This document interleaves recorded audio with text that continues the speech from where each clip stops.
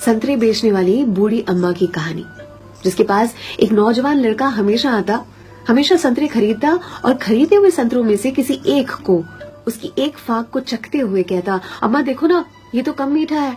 और अम्मा हमेशा दूसरी फाक को चखते हुए कहती, नहीं बेटा, ये तो बराबर मीठा है।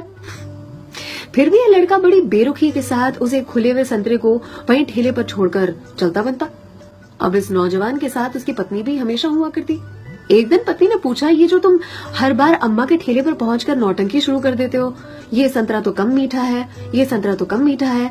संतरे तो मैंने भी चखे हैं, बराबर होते हैं, लेकिन फिर इस नौटंकी के पीछे राज क्या है, चाहते क्या हो तुम? इस पर लड़के ने अपनी पत्नी को एक मीठी सी मुस्कान दी और कहा, मुझे भी पता है कि सारे के सारे संतरे बहुत ही मीठे होते हैं, लेकिन तुमने कभी अम्मा को देखा है?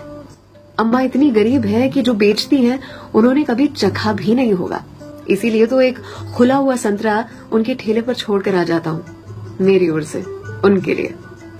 अम्मा के बाजू में जो सब्जी वाली थी, उसने एक दिन कहा उनसे, आपको पता है ये जो सरफिरा आपके ठेले पर आता है संतरे खरीदने के लिए, इतनी चिकचिक करता है आपसे कि आप नाप तोल में उसे ज्यादा संतरे दे देती हो।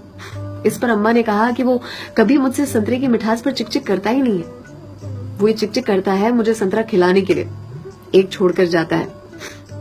क्या मुझे पता नहीं है? उसकी चिकचिक में भी उसके प्यार की मिठास नजर आती है। वो कहते हैं ना कि मेरे हिस्से से ज्यादा तूने मेरी थाली में परोसा है, कितनी भी मुश्किलें दे ऊपर वाले, मुझे तुझ पे भरोसा है।